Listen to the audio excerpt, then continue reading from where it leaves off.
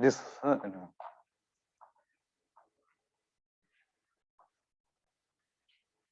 This one, right? Okay, all right.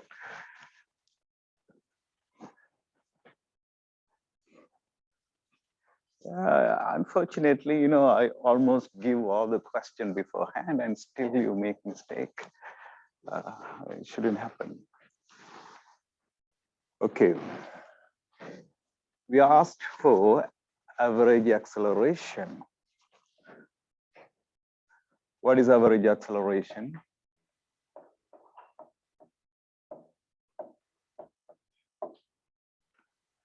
This is average acceleration, okay? Because this is not about a constant acceleration, okay? Only if the acceleration is constant, you can also say the average acceleration is half of v1 plus v2. But now you cannot use that. You have to use the definition of average acceleration. So that's where people taking the v1 plus v2 instead of v2 minus v1. The average acceleration will have the same direction as the direction of v2 minus v1. Is it good enough for you? Now we will get it. We did this in the class, and there are so many other questions in the past midterm. I'm repeating question. Most of the questions are repetition. Only numbers are different. Some are exactly the same. So if you use v1 plus v2, you will get a different answer. But average acceleration is v1. This is only when we have a constant acceleration, but this is a general case. Okay, it is not a constant acceleration. The direction is changing. That means, well, it is not a constant acceleration. Okay, so any other question you want me to look at? Oh,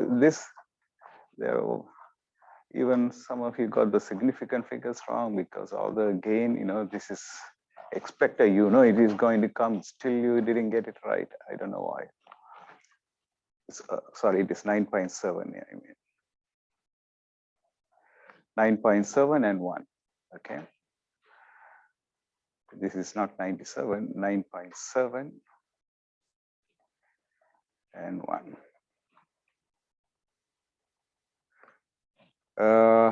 Yeah, ask me. Okay, then the one question many people got wrong, I made it into bonus question. But there are people having question, they don't understand what is the meaning of bonus question. Okay, bonus question mean if you get it right, fine. Okay, if you don't get it right, I mean, essentially you're not going to lose anything in the sense, say there are 2 bonus questions.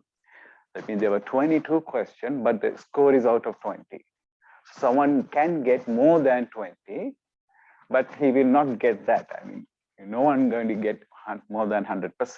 So if 3 people got 22, okay, so their score brought to 3 and 1 person got 20.5. So they lose that mark. Only those 4 people lose marks, whatever they got it, in addition to 20. Okay, what else? Yeah, you know, the maximum velocity is here. So let me go to the bonus question. That is where many people got wrong. I think question number 14. Oh yeah, this one. It shouldn't happen. And I think another one, which one I made as bonus, I can't remember now.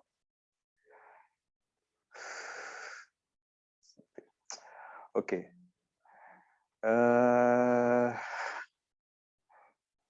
Probably this 14, 20, 20, question number 20. This one. I did this question. In fact, we had a question where we were asked to, you know, past midterm, asked to get the free body diagram for the one on the top. Then I kind of told you how to get the free body diagram for the one on the bottom. Okay, this is the recording, you can see it. And the answer is, some of you got it right, but this is one of the questions where score is the lowest. Okay, Not getting any responses. Okay, fine. Let's then start our lecture. Okay.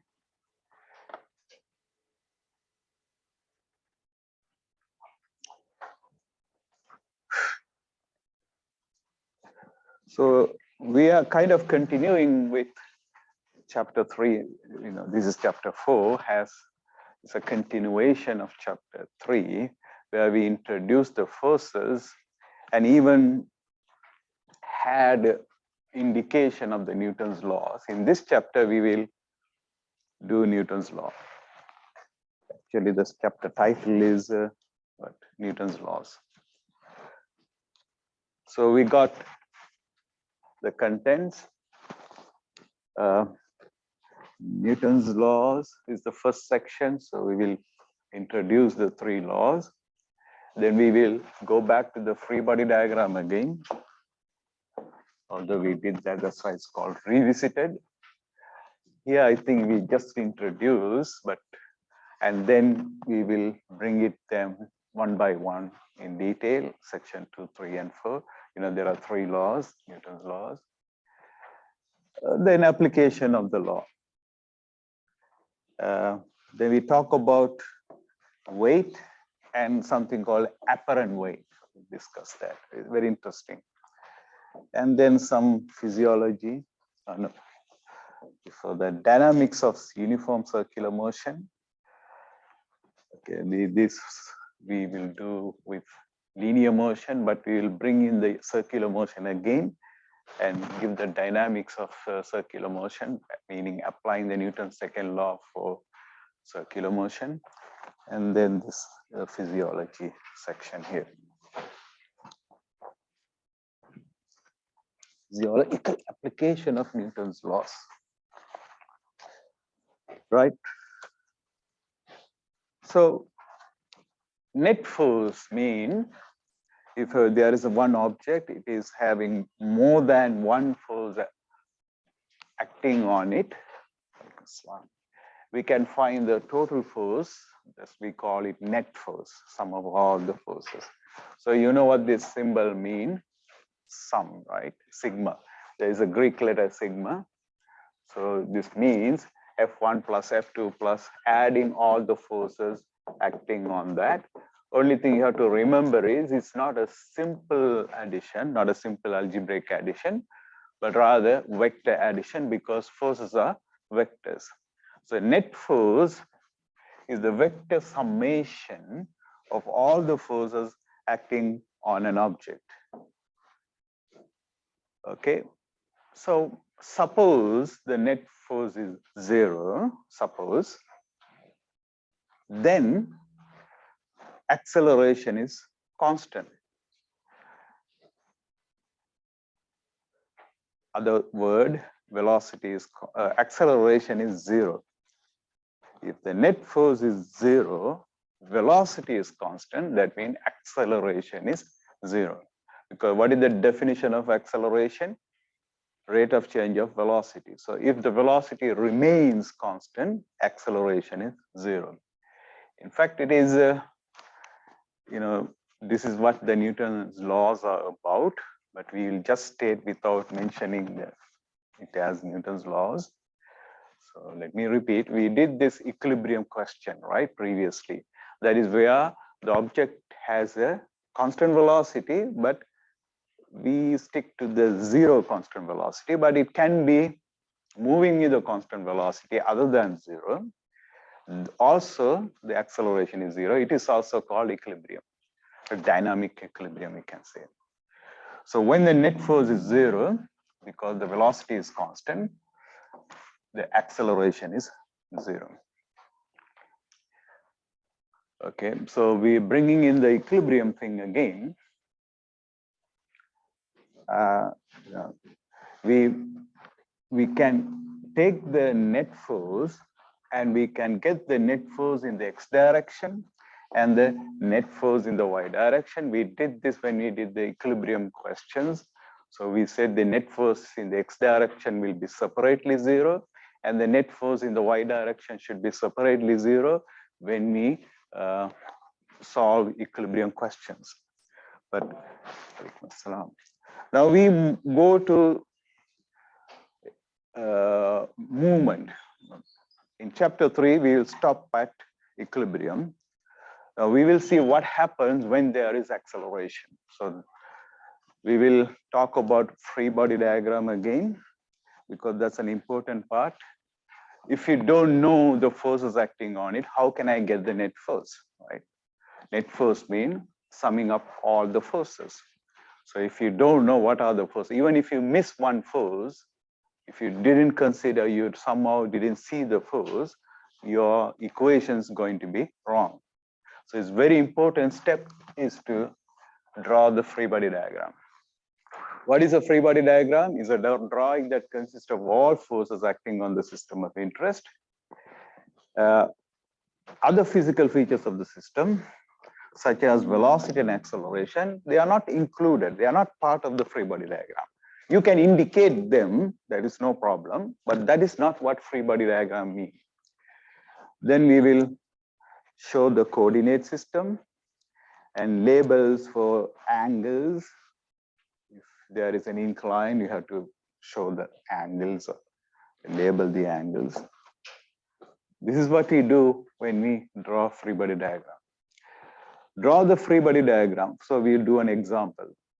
For a heavy box at rest on a rough inclined surface. So let's draw the incline. So it is rough, and we put a box there. What are the forces acting on it? The way we deal with that is to see what it is interacting with. So for each interaction, there are forces that come with that. So since it has a mass, obviously it is going to interact with the earth, and the earth will be pulling this guy down. So that is the gravitational force. So I'm drawing the free body diagram showing all the forces. What else it is interacting with? The rough surface. So whenever there is a contact, we will expect to have two surface forces, right? Parallel and perpendicular, the normal. So normal force, let me use say red, it should be perpendicular. I'm drawing, okay, another thing you have to remember, am I drawing the free body diagram for the incline? No, I'm drawing the, I mean, you can if you want to, but we are not interested in the incline itself. We are interested in the box. So I am drawing the free body diagram for the box. So the force on the box from the table will be pushing it up perpendicularly to the contact surface. And then the friction force, since it is trying to, there is a possible motion down, right? So it will try to stop it by the friction force direction will be to oppose the motion. So it will stay there. So I got the earth, I got the incline. Is this guy interacting with anything else? No, right? Only the surface it is touching, contacting, the incline, and the earth. So that's it. The free body diagram is done. Okay, you can, the next step, you choose your X and Y axis, coordinate, choose the X axis along the possible direction of motion. If it is to move, it is going to move parallel to the surface from downward, most probably. And the Y direction should be perpendicular to X. What else usually the angle of the incline. Once you get the picture for your problem, you very less likely will make any mistake. Okay, so you can apply the Newton's laws, whatever you want to calculate, you can calculate. So this is a free body diagram. Drawing a picture is very important. Oh, okay, this is the same thing is doing. Another thing that we do, now the incline is shown in a different way, doesn't matter. This is your mg, or here we are calling it W, doesn't matter. We can call it gravitational force. You can call it as mg. We mean the same thing. Okay, W as weight, Fg as the gravitational force, and its value is mass multiplied by gravity. We mean the same thing. And here we, okay, see we choose our X and Y direction, right? This is X and Y direction. The forces, the three forces, we have got actually three forces.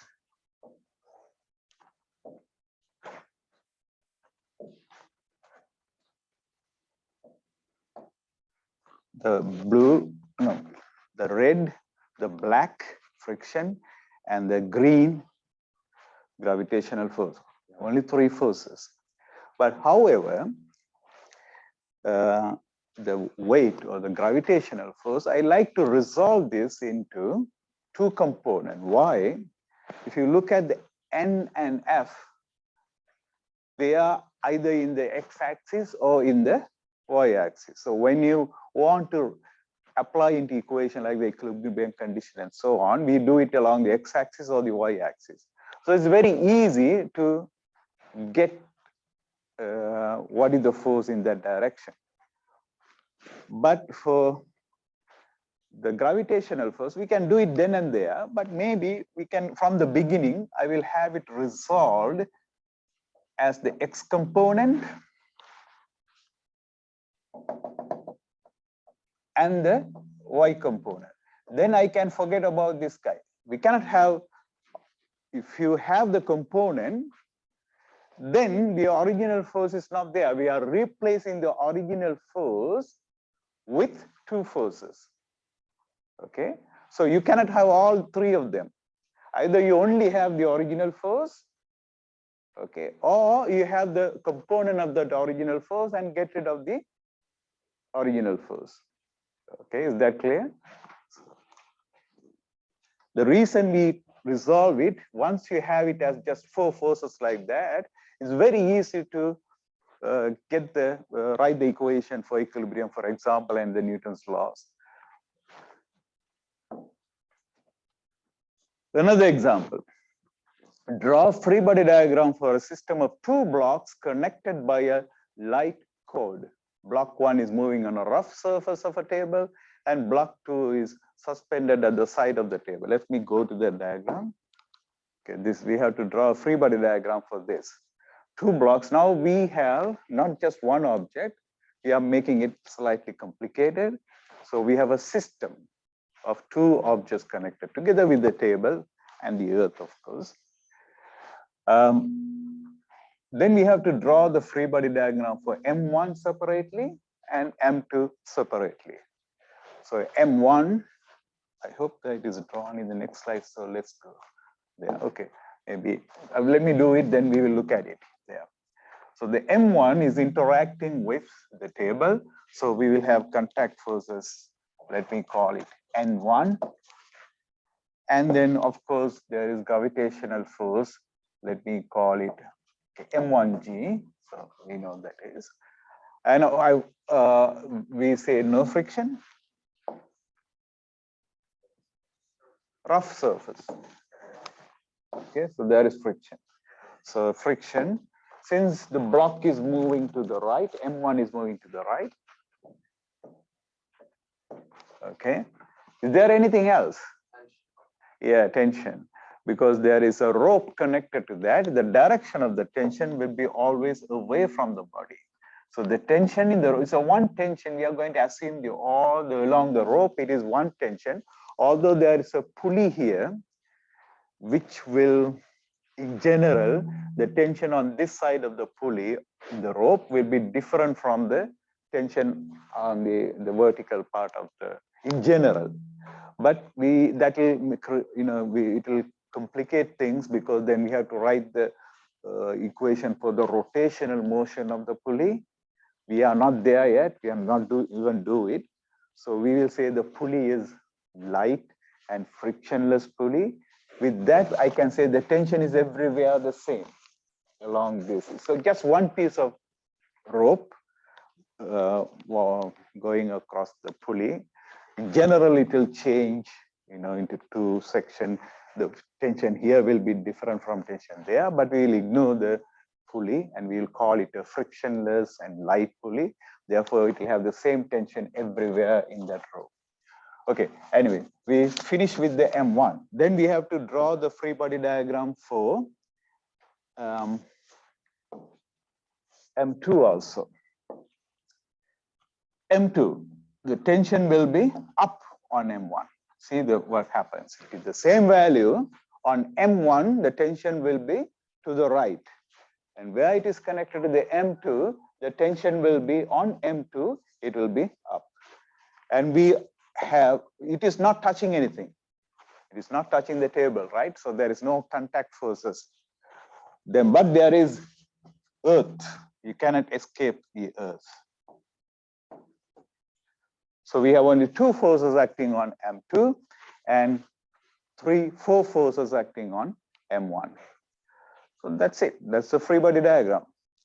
And you better label correctly. This is M1G, this is M2G. But the tension, we make the assumption it is the same side, but the directions are different.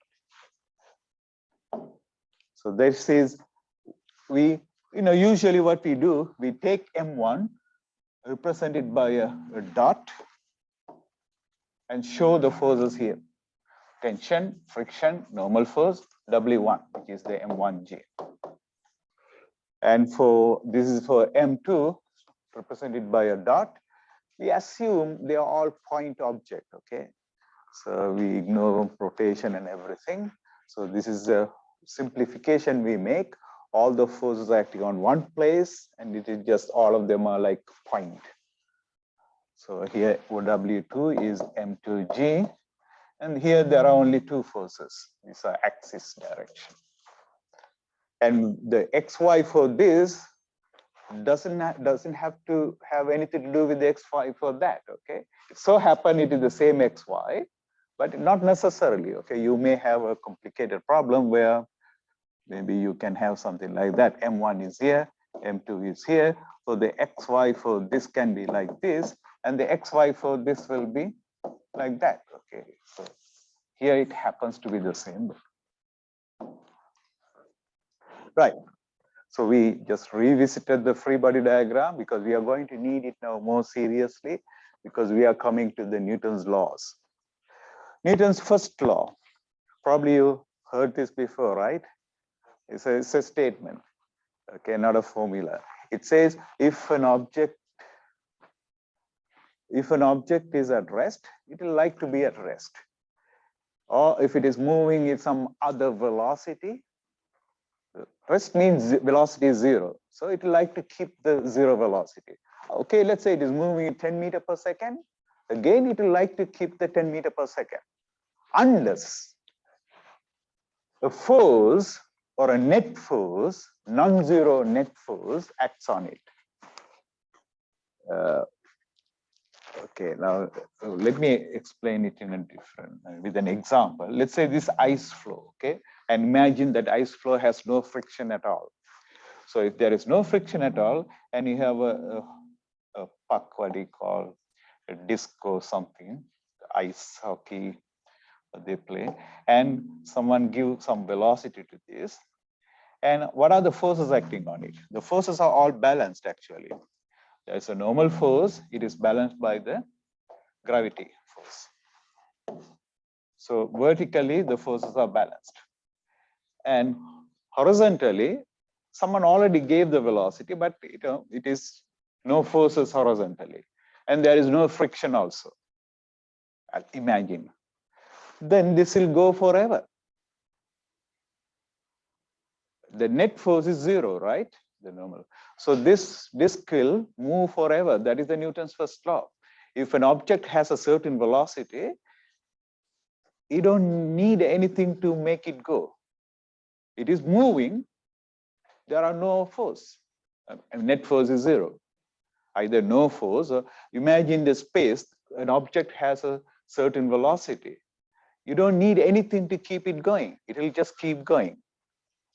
It will have its velocity forever. So that's what Newton's first law is about. Let me read what it says here. When an object is either still mean at rest or in a state of a uniform motion, the meaning of uniform motion is constant velocity. The net force acting on it must be 0. Now, it's not actually how the first law is stated. Then if it is so, it will just continue to be so unless the net force, if some force suddenly applies on it. The Newton's first law is also referred to as the law of inertia. The word inertia, anyone knows what it means? Literally, I mean, in a normal day-to-day use. Yes. resistance to change, yeah, inertia. It doesn't want to change, okay? Kind of roughly you can say laziness, okay? If you are sitting in one place, you want to sit, you don't want to move. Or maybe if you are moving, you want to keep moving. You want to do whatever you are doing. That's inertia. That's correct. Resistance to change. So you can call the first Newton's first law as the they do. That is the one of the accepted term, law of inertia. Actually, it was stated by Galileo before Newton, but he formalized it, so it becomes the Newton's first law. Okay, net force equal to 0. Now we are looking at object which is in equilibrium. So it is not changing its velocity. That means acceleration is 0. And that because of the net force is 0, that's a Newton's first law. So we did this already before in chapter 3. So we can take an object which is at rest. The acceleration is 0. We can say the net force in any direction is 0. So if it is a two-dimensional problem, we can say net force in the x direction is 0 separately, and in the y direction is 0 as another equation, two independent equations.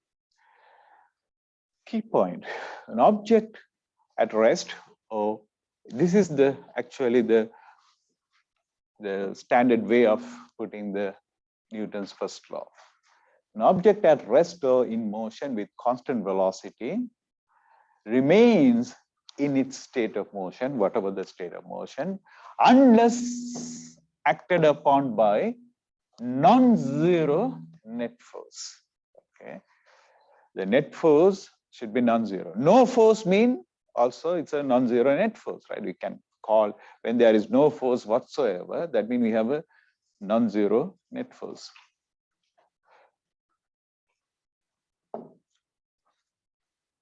So we have a concept question. You are sitting next to a driver in a car traveling down a road. Suddenly, the driver hits the brake. As a result, your body moves toward the front of the car. Why did this happen? In one word, you can say law of inertia, right? Newton's first law. Why? You put the brake, the car is going with a constant velocity. That means the net force on the car is 0. You are inside the car, so you are also moving with the car. So the net force on you also 0, because we know the effect, because both of you are having constant velocity. So we know it has non-zero net force. You put the brake, you are exerting a force on the car, the wheels of the car, not on you, right? So suddenly there is a non-zero net force on the car, but the brake is not applied on you. It is only applied to the car. Car is connected to you're also connected to the car, but actually not quite. Your connection with the car is with the seat and you, right? You are not glued to the seat. So that's why the moment you put the brake, the moment you put the brake, you apply a force on the wheels of the car, so then the velocity of the car will change. But the force is not acting on you, the brake is not put on you, you will keep moving. That's why, although the car is stopped, you hit the steering wheel or you move forward, right? But there is still a force. The moment you start moving, there is a friction between your seat and you, right?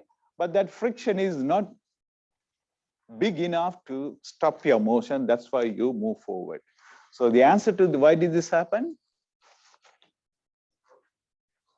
Yeah, no, law of inertia. I mean, you are moving with a certain velocity, no forces on you, only on the car. So, I mean, you will like to continue your motion until you hit another force. When you hit the steering wheel, there's a force, then you stop. Until that time, you keep moving. Because when the brake is applied only to the car, not to you, right? So that's why car will stop, but you don't stop because there are no force on you. So you continue with your motion until you hit the steering wheel. Then you have a force also, then you stop. Yeah. Okay, this is the explanation. Maybe, just read it. I said it in a different way. Let me read it. When the driver hit the brake is applied on the car, not on the passengers inside. So the passengers continue to move unaffected until the seat belt, airbag, or whatever else in front stop her from moving further.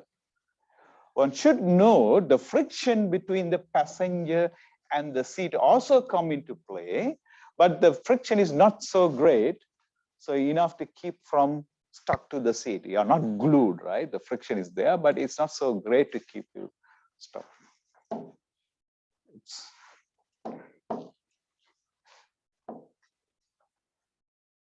I'll take the attendance and I will continue.